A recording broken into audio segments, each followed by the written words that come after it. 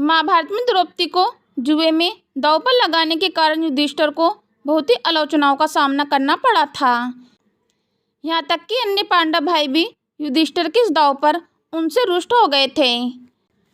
लेकिन युधिष्ठिर द्वारा द्रौपदी को दांव पर लगाए जाने का एक अन्य बड़ा कारण था। सभी युधिष्ठिर भी द्रौपदी का बहुत सम्मान करते थे। वे कभी भी अपनी पत्नी का यूं अपमान नहीं करना चाहते थे। लेकिन किस कारण उन्हें यह कदम उठाना पड़ा, चलिए जानते हैं। वीडियो में लास्ट तक जरूर बने रहें।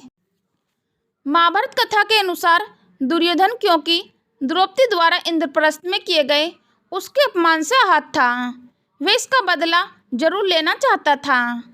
तब दुर्योधन ने मामा शकुनी के साथ मिलकर पासों का खेल यानी जुए की योजना बनाई। तब दुर्योधन द्वारा पांडवों को हस्तिनापुर आने के लिए आमंत्रित किया जाता है।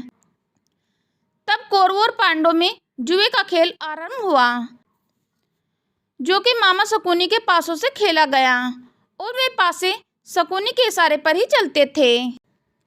खेल के दौरान शकुनी जो भी अंक चाहता पासे वही अंक लेकर आते थे।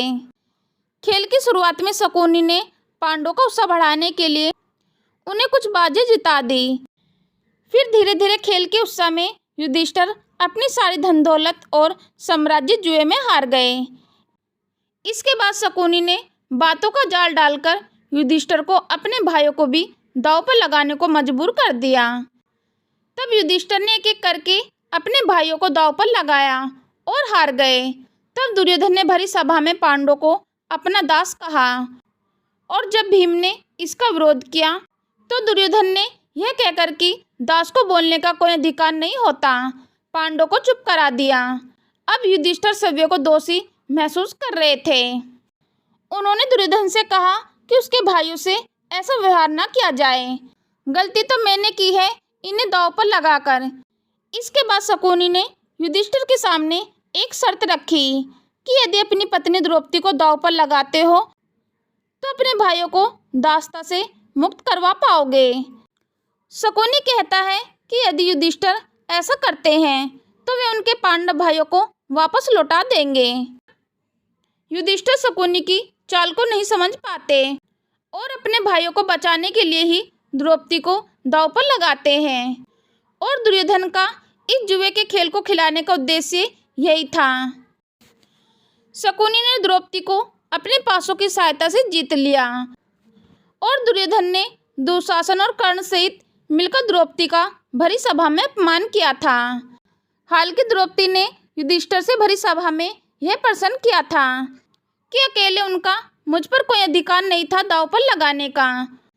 उनके भाइयों की सहमति के बिना वे ऐसा कैसे कर सकते थे? क्या पत्नी कोई वस्तु है जो उठाकर उसे दांव पर लगा दिया? इन प्रश्नों का युधिष्ठिर भी कोई उत्तर नहीं दे पाए थे। और अंत में अपमानित द्रौपदी जब कौरव वंश को श्राप देने वाली थी, धृतराष्ट्र और गांधारी बीच बिचाव करते हुए द्रौपदी को रोक देते हैं और द्रौपदी के कहे अनुसार पांडवों को दासता से मुक्त कर दिया जाता है। इस प्रकार यही वह कारण था कि युधिष्ठिर ना चाहते हुए भी अपनी पत्नी का अपमान करा बैठे। दरअसल भाइयों के मोह ने उन्हें भ्रमित कर दिया था। एक नारी की इज्जत उस समय उन्हें दिखाई ही नहीं दी। मित्रों, आपको इस प्रसंग के बारे में क्या कहना है? अपनी राय कमेंट बॉक्स में जरूर बताएं। क्या युधिष्ठिर को अधिकार था द्रौपदी को दांव पर लगाने का?